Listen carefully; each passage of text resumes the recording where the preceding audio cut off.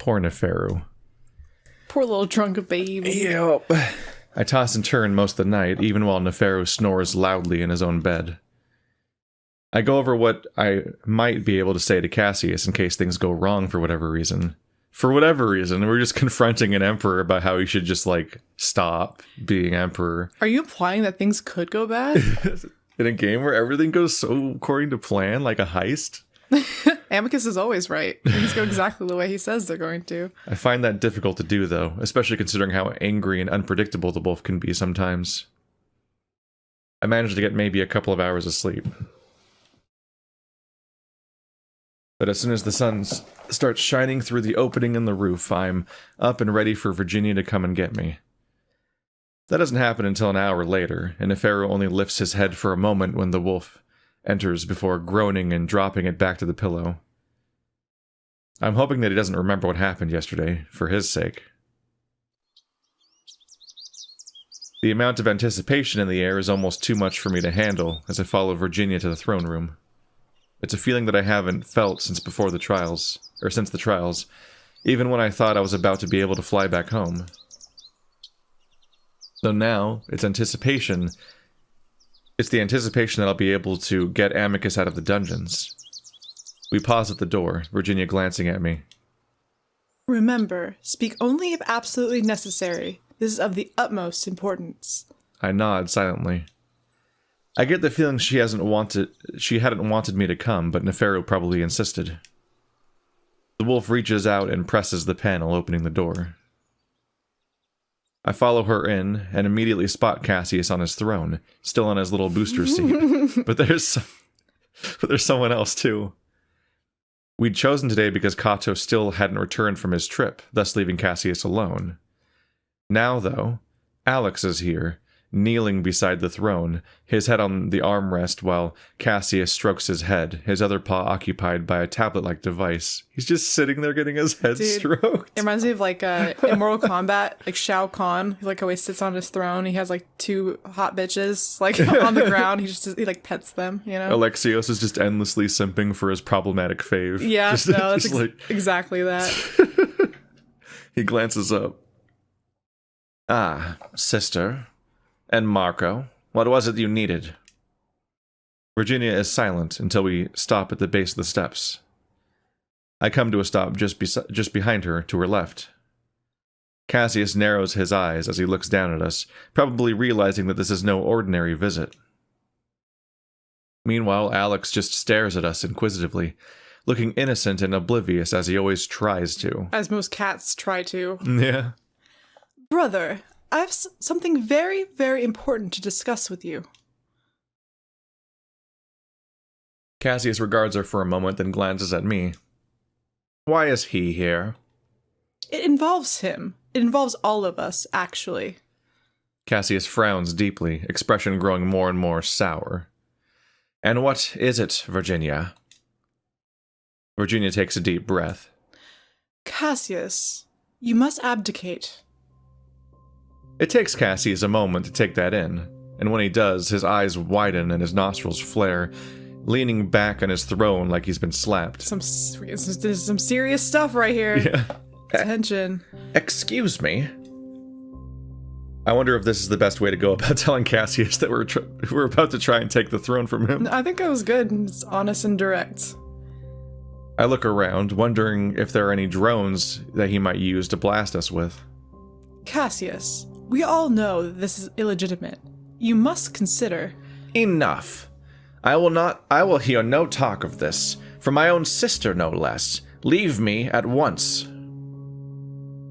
The young wolf is shaking in his seat, wide-eyed, ears flat. Well, you must hear it. I must not. I followed every protocol. I am in my rightful place. Leave now, or I will have the drones escort you. Alex is sitting up straight now, staring at us, his ears perked, and I kind of wish that we could have had him leave the room. Yeah, he's the most dangerous one here. Like, Virginia remains calm, simply gazing back up at Cassius with an almost stoic look. Brother, you must hear it, because we have proof of your deception. Cassius seems to have recovered from his initial shock, though he's still trembling a bit, chest heaving for breath. What proof? Virginia takes a deep breath. You know that we already know about the staging, but we have footage of the third trial. All of it. Cassius stays quiet, unsure what to say. We have contacts in Adastra that will release it to the public tomorrow evening. Cassius swallows hard. I will close the news channels. To have such power, that's horrible. It's really fucked up. Not only to the news channels, but in portable formats as well, that may be copied and spread. You will not be able to stop all of it. Cassius opens his mouth, then closes it, then opens it again, then closes it. He didn't see this coming at all. Finally, his shoulders drop and he stares at the floor. Virginia, how could you do this to me? Virginia frowns, actually looking a bit sad. How could you take the throne in such a dishonest manner? Mother taught you better. Do not speak of Mother. Cassius's response is instant and angry before he deflates again. The silence stretches out for a while before Virginia speaks again. I know you, Cass. I know you're an honest, honorable wolf. I know you don't want the emperorship like this. Cassius goes on staring off into space. Do you even want to be emperor, Cassius? Virginia looks sharply over at me, but I ignore her for now, looking right up at Cassius. He turns his gaze slowly to me. What sort of question is that? Remember when we saw the parents together? It throws me off that both of their names are white. Yeah. Cassius instantly bristles, his ears turning a deep red. You remember what they said, right? I don't remember. Yeah, you do. Sure.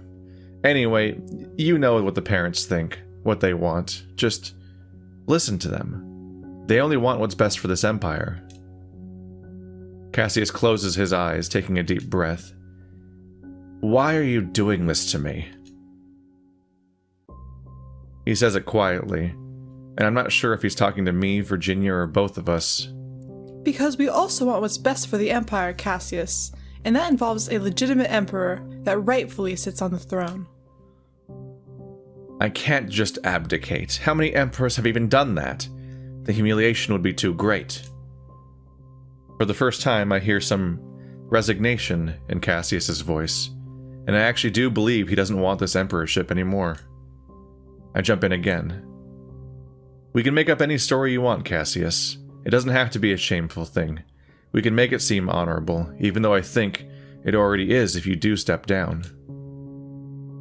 Again, Cassius is silent, and I can only imagine all the things that are going through his head right now. He knows that the release of the footage will destroy his image, cause unrest, probably to the point where he'd never be able to recover if he remained on the throne. He already knows that he's been beaten. Alex, meanwhile, continues to sit at his side, just staring at the two of us. I'm surprised he hasn't said anything at all, and again, I'm not sure whose side he's on. Also, you need to demote Kato from advisor, otherwise he'll become acting emperor again. Cassius looks sharply at us. We know he's behind all this, that you're a puppet, Cassius. Cassius bristles and Virginia shoots me another warning look. But you're still the Emperor. You have complete power over your advisor. You can easily cut those strings. Cassius looks about ready to say something, to protest, but again he slumps down, just glaring at his knees. That would automatically make Amicus Emperor. It's not a question, just a defeated statement. We don't say anything. I suppose he always was destined to be that. I was a fool to think I could make this work. Virginia's ears perked up, and I feel a swooping feeling in my chest like I just missed a step. Alex just looks up at Cassius, frowning. Cassius shakes his head. I'll need to think. You said tomorrow evening? The 14th hour. Cassius sighs, then nods. I see. I will make an announcement tomorrow after breakfast. I need to meditate. Certainly. Cassius drops his paw to his lap and picks up the glass tablet again, and just like that, we're dismissed. As Virginia turns to go, I quickly speak up. Cassius?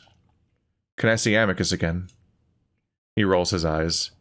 Gods, yes. In fact, he looks up at the ceiling. Com, set Marco's access to the dungeons as unrestricted. He'll be free by tomorrow anyway, I'm sure. That face. So thank disgusted. You. I bow because it feels like the right thing to do, but Cassius only grunts in response. I think that's basically a unique Cassius expression. Yeah, I can't remember if we've seen that one before. Just looking away completely. It's not really how anyone else behaves. Oh, no. I was going to say, yeah, we definitely see him do that a lot. But I think it's because he's moody, you know? He's kind of sulky, so he looks away a lot. He's not as confrontational as everyone else. Or he's confrontational, but he's also, like, covering. So he has to, like, look away every once in a while to recover. I then quickly follow Virginia out into the hallway, almost skipping with relief and excitement. Holy shit, that was easy. Marco. Don't jinx it, Marco. Now it's not going to be easy. I whisper to the she-wolf as she maintains that stoic look. It really was, wasn't it? It seems that Cassius isn't enjoying his position on the throne after all. Did he think it would be easy? I think he never looked past beating Amicus. Now that he has, well... I shake my head. If that was his only reason, then he deserves this. Well, I don't believe it was his only reason. He simply didn't prepare himself beyond the trials.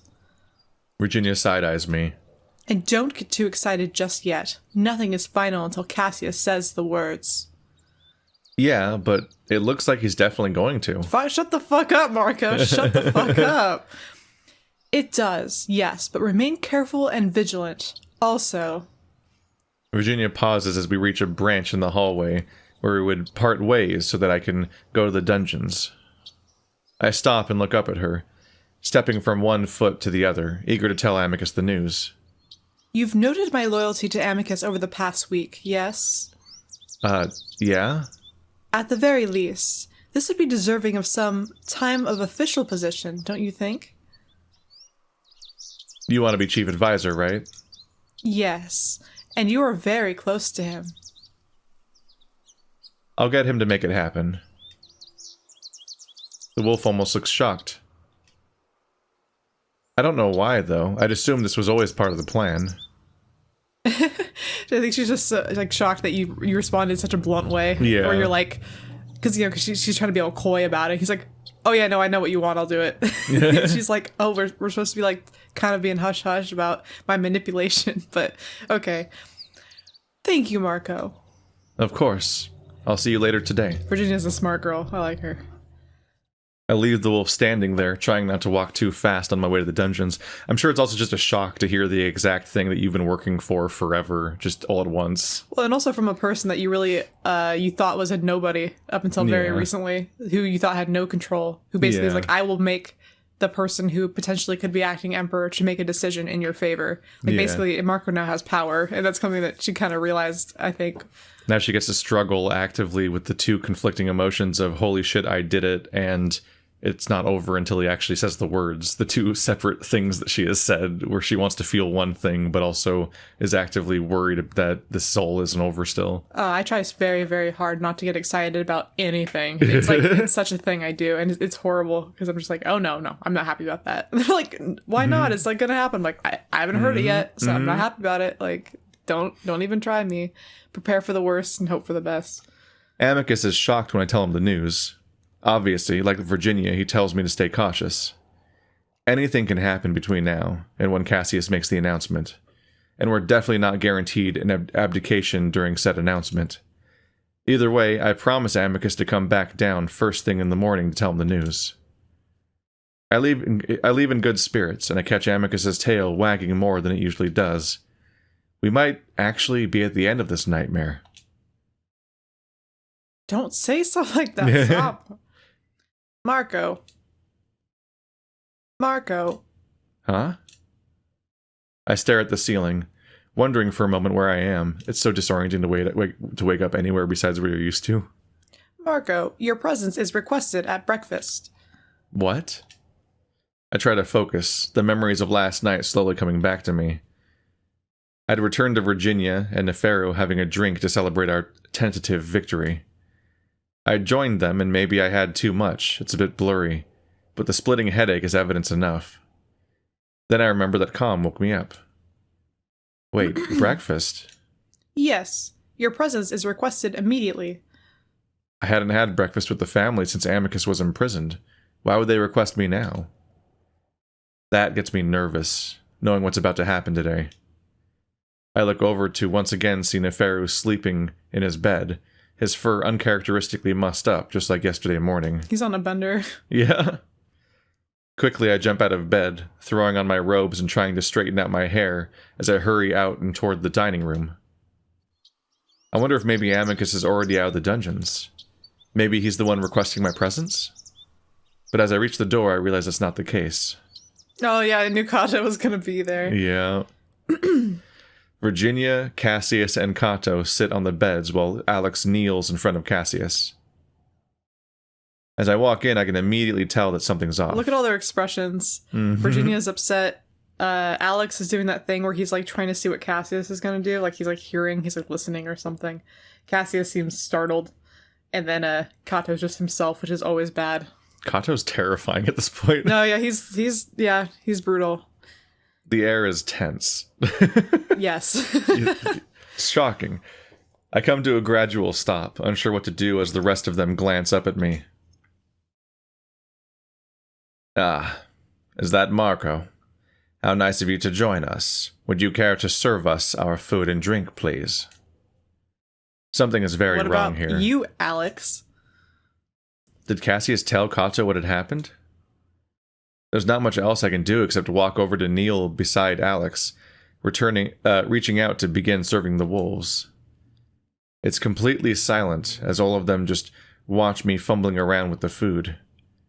Finally, Virginia breaks the silence.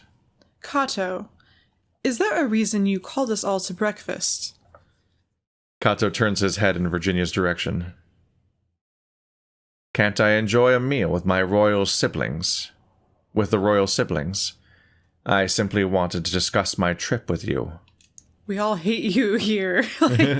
Nobody likes you. Nobody likes you. Oh, I see.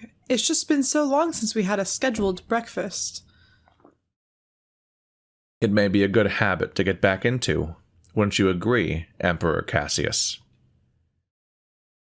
Oh, yes, definitely, Kato. How was your trip? Wonderful. I had the pleasure of visiting Ad-Rotai. Being the entertainment capital of Adastra, I had such a good time observing the plays, despite my inability to observe. Oh, that's kind of sad, to be honest. Yep.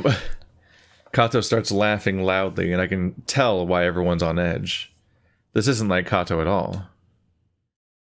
I set a plate out for Kato, while Alex does the same for Cassius, and while he's working on Virginia's plate, Kato shifts. Marco, could you hand us all our goblets? I am absolutely parched. I had noticed that the goblets had already been sat out in front of each wolf, already filled with wine. I don't feel good about that. You don't feel good about that? Yeah. About them being pre-filled. Carefully, I hand Kato his goblet, then turn and reach for Cassius's. Fear not. These are the events that shall follow. I blink, and notice... I like that the music changes every time this happens. I notice Cassius staring at me, raising an eyebrow. I hold out the goblet, and my fingers twitch, but I keep a stubborn grip. I shake my head and push the goblet into his paw. I'm about to grab Virginia's, but Alex has already finished her plate and hands her her goblet as well. For a while, the wolves eat and drink in silence. At least Virginia and Cassius do. I notice Kato not touching his food at all, simply watching the rest of us. Cassius lets out a loud cough. Alex sets upon his leg in concern. Sorry, something in my throat. He takes another drink of his wine. Keep your mind and heart open, great ape. You shall receive guidance. My vision flashes, and the tension somehow builds, and I know now that something terrible is about to happen. So, Cassius, I hear you have an announcement to make this morning. The entire room freezes as the wolves stop eating and Alex stops serving. Oh, Alex. Fucking Alex. I think it's fucking Alex. I sit there on my knees, trying to keep my breathing even, trying to deal with feeling like I have voices in my head, and with Kato apparently discovering our plan at the same time. Cassius finally speaks. Or tries to. Aye. He coughs again, harder this time. Aye. I notice him starting to shake, and Alex again puts a paw on his leg. Cassius? Cassius, what's wrong? Yes. What's wrong, Cassius? Don't you have a speech to give this morning? You might have to postpone it if you have a cough. Cassius suddenly sits up, trembling. He stares at Kato, wide-eyed, disbelieving, one paw moving to his throat. Cassius! He turns to Alex, reaching a paw out to him, which the cat catches. I can't breathe. Cassius wheezes, looking down into his goblet, then he suddenly spasms, curling over his stomach before another violent spasm takes him and he arches out onto the bed, screaming.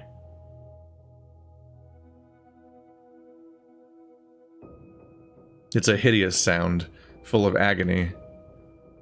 It's so sudden I'm left to stare in shock, still on my knees. Virginia stands up, moving around her bed to get closer to Cassius. Meanwhile, Alex screams as well, staring in horror at Cassius. Cass, what is it? What happened? Cassius just writhes under him, even as Alex tries to hold him down. I notice his mouth foaming, red from the wine, the goblet still held in his paw before he drops it, spilling it into the bed and floor. Cass! Alex's voice is filled with despair, probably realizing at the same time that I do that Cassius has been poisoned, that he might be dying. Oh dear. Are we cramping, Cassius? Perhaps you ate too fast. The hair rises on the back of my neck as I sense Kato sitting behind me. He's found out about our plan. He's put a stop to it, just like that. Kato, this was too far. Was it the wine? I almost don't register what Alex has said, but that's when I feel Kato get up behind me. In a few steps, he's standing over Alex and Cassius before he swings a paw hard into Alex's face. It sends the small cat flying so far that he's thrown up against the wall. He crumples there, unmoving. Virginia ducks when this happens, but bravely moves forward, grabbing Cassius and turning him over on his stomach.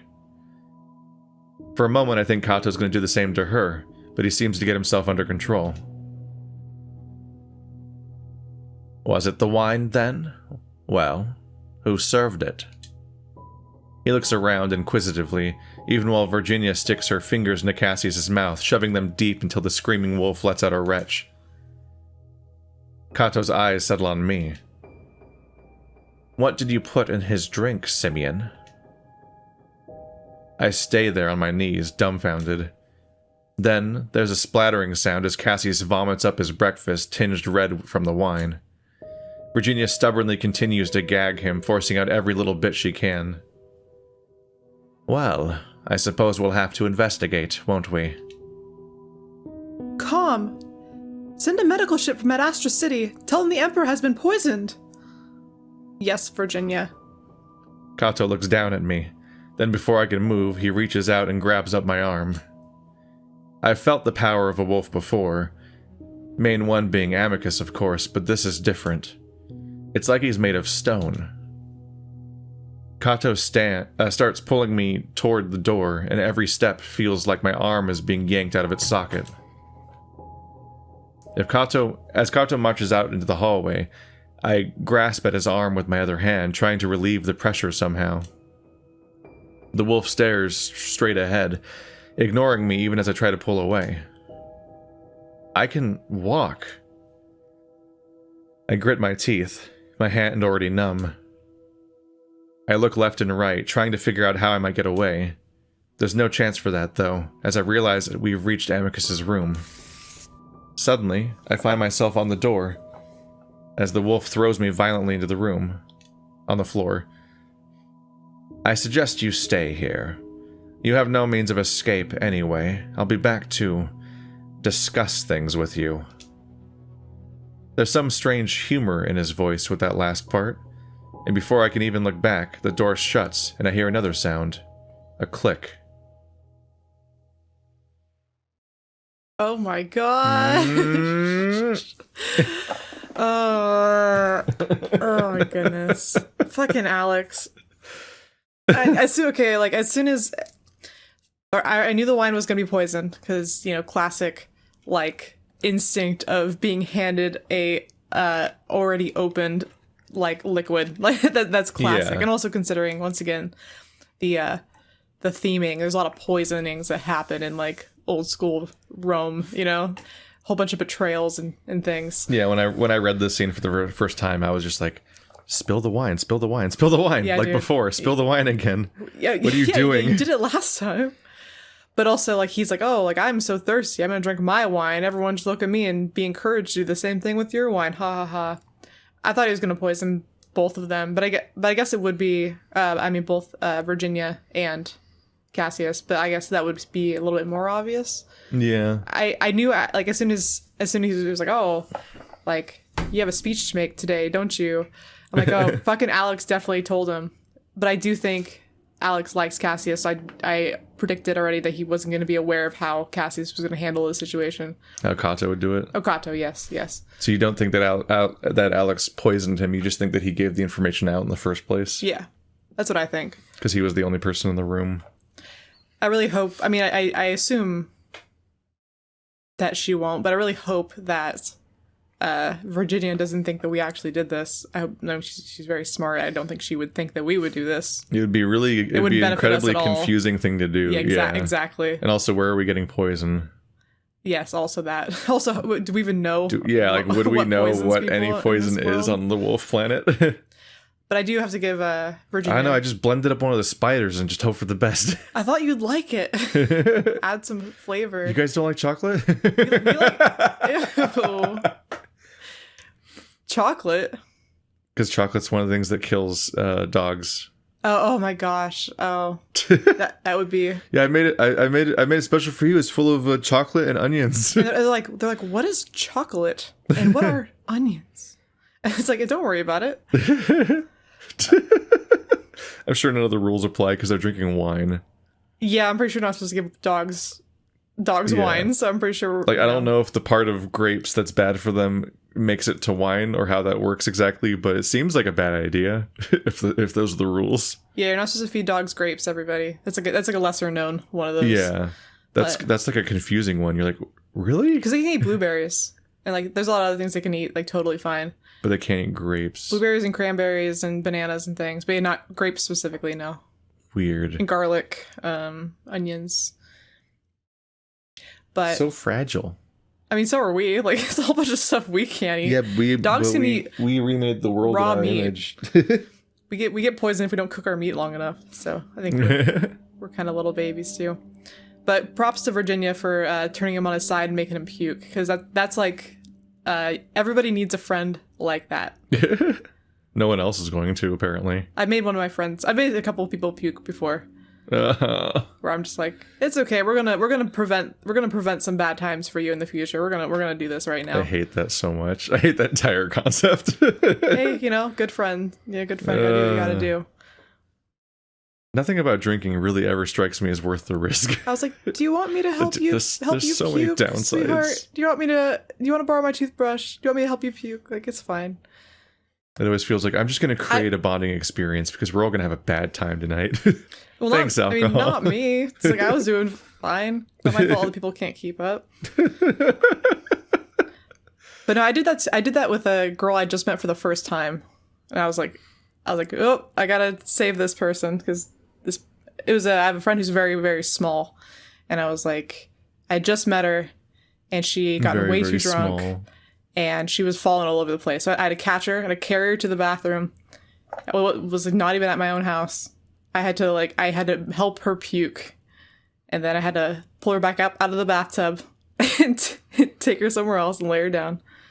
Doesn't remember any of this, by the way, so I don't get any credit for any of this. You just carried her around. Yeah, it was easy. She was really tiny. I've been training for this my whole life. So there's no Keith. I got you. You'll probably never be in that position, but if you get poisoned, I'll help you out.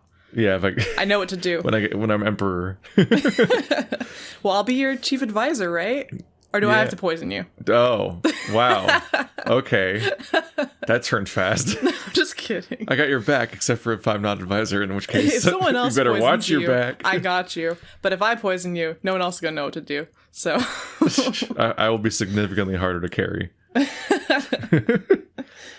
I sit in Amicus's room in stunned silence for a long, long time.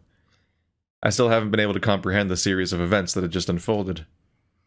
All I can piece together is that Alex, for whatever reason, had tipped off Kato to what we were planning.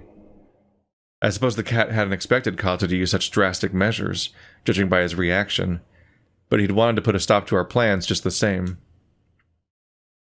I don't bother myself with trying to figure out Alex's motives anymore, though. Instead, I'm left to sit here and wonder if there's anything I can possibly do to get out of this. I soon find out that the clicking sound was the door locking. I suppose that means Kato is the acting emperor again, with Cassius either incapacitated or even dead. I ask Calm about Cassius's health, but he only tells me that the information is not available to him. So I wait, sitting on the couch for hours, wondering if the next time the door slides open it will be my death. I need Amicus. These thoughts become too much for me, and I have to get up and walk around, trying hard not to hyperventilate. Maybe Neferu will be able to do something. He must have heard about what happened by now, unless Kato did something to him as well. With a deep breath, I push past the curtain and out into the balcony. It's already late afternoon, but that's not what catches my attention. Instead, it's the smoke rising over the city, the sun shining behind it all to give it a strange red glow. I stare, wondering what possibly could have happened in the short time between this morning and now. Calm? Yes, Marco? Why is there smoke over Adastra City? There's a pause. Here's what I found. At approximately the 11th hour, Kato proclaimed himself Emperor of Adastra shortly after Emperor Cassius was poisoned by a child pet. Kato then dissolved the triumvirate and assumed absolute control of the empire. There are destructive riots in all 7 major cities. Is Cassius alive? That information is not available to me, Marco. I sigh and stare down at the water, feeling sick. I wonder how much of this is my fault. At least a little bit, if not all of it, for just being here in the first place. And now that Kato's framing me, I'm going to die. My vision blurs with tears before one drops down into the sloshing lake below me. And then I remember. I deleted my profile from Calm's database. I try to remember what I was told about it exactly, how exactly it works, something to do with the AI security system. While he might be able to deduce what room I'm in based on my voice, he should be blind to my exact location. That would mean leaving the boundaries of the palace shouldn't alert anything. Maybe if I experimentally stick an arm over the railing, then a leg, before I know it, I'm on the other side of the balcony, the lake sloshing below me. I think about what I can do. I could swim for the shore, make a run for Adastra City, and maybe find someone to help me. Maybe one of those contacts that Neferu and Virginia keep talking about. I could also just hide somewhere, maybe even on the island until things settle down a bit. Running into a city in chaos probably wouldn't be my best move, but I already know what I'm going to do. I'm not going to leave the palace. I'm going to find a way back in. I need to get to Amicus. I need to tell him what happened and figure out a way to fall back on our last resort. My stomach twists at the idea, but I know we're out of choices now. With that, I look down at the water and let go. Well, good luck, Marco. Everything's fucked. Marco Polo. Marco Polo. No. The classic swimming game.